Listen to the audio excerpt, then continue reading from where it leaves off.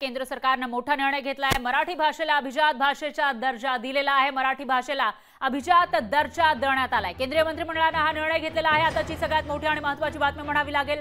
मराठी भाषेला अभिजात भाषेचा दर्जा द्या अशी मागणी मागील बऱ्याच वर्षांपासून केली जात होती आणि आता केंद्र सरकारने तो निर्णय घेतल्याची माहिती समोर येते। मराठी भाषेला अभिजात भाषेचा दर्जा देण्यात आलाय।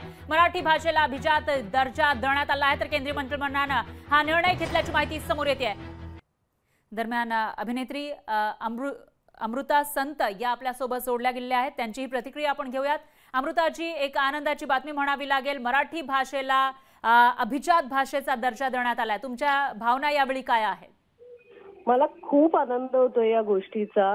ही फारच उत्कृष्ट बाब आहे। म्हणजे हे खूप आधी व्हायला हवं होतं, पण हेही नसे थोडके हे आज होतंय आणि स्पेशली नवरात्रीच्या पहिल्या दिवशी। सो मी खूप खूप खूप आभारी आहे गव्हर्नमेंटचे की त्यांनी मराठी भाषेला जो हा मान दिलाय, हा आपल्या सगळ्यांसाठी खूपच आनंदाचा क्षण आहे आणि आपण हा सेलिब्रेट केला पाहिजे असं मला वाटतंय। निश्चितच आज सगळीकडे सेलिब्रेशन सुरू असेल। एकीकडे नवरात्र सुरू आहे, नवरात्रीचा पहिला दिवस असतानाच आता दुसरीकडे हा दर्जा मिळाल्यानंतर हे सेलिब्रेशन द्विगुणित झालेलं असेल। दरम्यान अमृता संतजी, धन्यवाद तुम्ही दिलेल्या या प्रतिक्रियेसाठी। तर अभिनेत्री अमृता संत यांची प्रतिक्रिया ही आपल्याकडे आलेली आहे।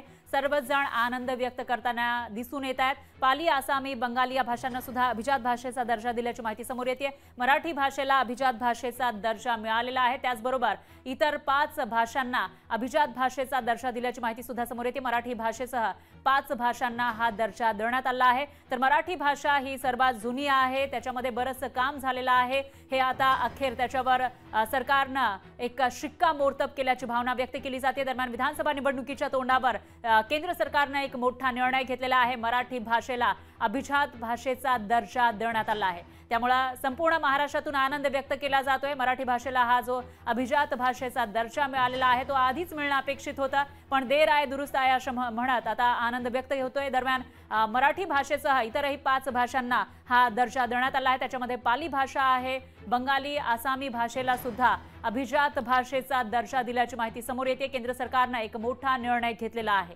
त्यामुळे आता राज्यामध्ये आनंदाची लहर आपल्याला दिसून येते, कारण एकीकडे आहे नवरात्रीचा उत्सव आणि दुसरीकडे केंद्र सरकारने एक मोठं गिफ्ट राज्याला दिलं असं म्हणावं लागेल। मराठी भाषेला अभिजात दर्जा देण्याची मागणी बऱ्याच वर्षांपासून केली जात होती। लेखक असतील, साहित्यिक, हे सर्वजण त्यासाठी झटत होते आणि त्या सगळ्यांच्या मागणीला आता इथं यश आल्याचं दिसून येतंय। मराठी भाषेला केंद्र सरकारने अभिजात भाषेचा दर्जा दिलेला आहे। मराठी भाषेला हा दर्जा दिल्यानंतर आता मराठीची भरभराट नेमकी कशी होईल त्यासाठी प्रयत्न होणं गरजेचं असल्याचं बोललं जात आहे। दरम्यान पाली, आसामी, बंगाली, प्राकृत भाषेला सुद्धा अभिजात भाषेचा दर्जा देण्यात आलाय। लोकशाही मराठी ऐका, पहा, जागरूक रहा।